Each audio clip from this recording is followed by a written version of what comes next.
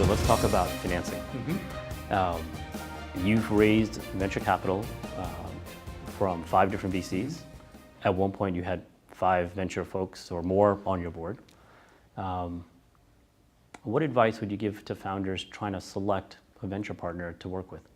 Well, I think it really has a lot to do with who the entrepreneur is, what kind of company is being built, how much capital's going to be needed, and of course, in our case, finding anybody that actually believed in our, in our plan the first time.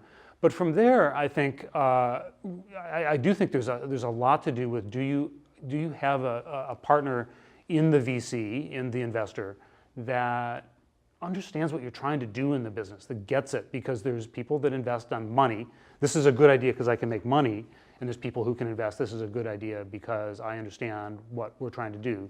And I found particularly in marketing software where we were kind of trying to be iconoclastic, say, no, this is a real market, it's not a failed market. We needed people that were kind of fellow travelers in that mission.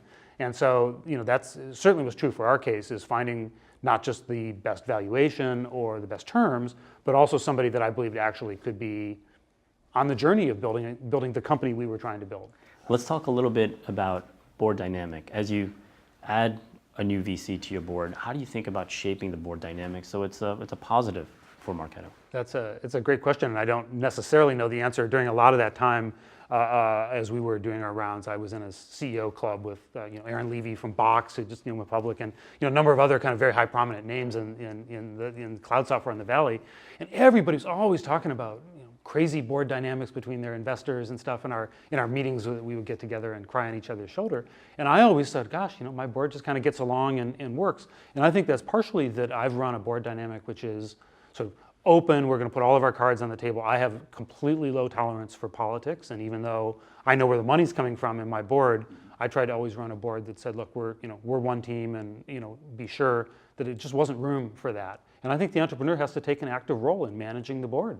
Even if they're older, even if they represent the money, whatever it might be, the entrepreneur has to manage their board. And if that's done well and done intentionally, I think very good board dynamics almost fall out naturally because, investors are pros and they want to do a good job.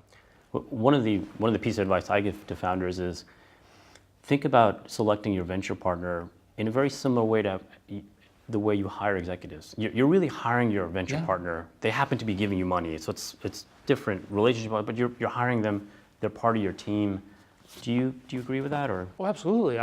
As I think about hiring an executive, I want to know, are they curious about what we're doing? That's exactly the same thing. I want a venture partner who cares about what we're doing, gets it, groks it.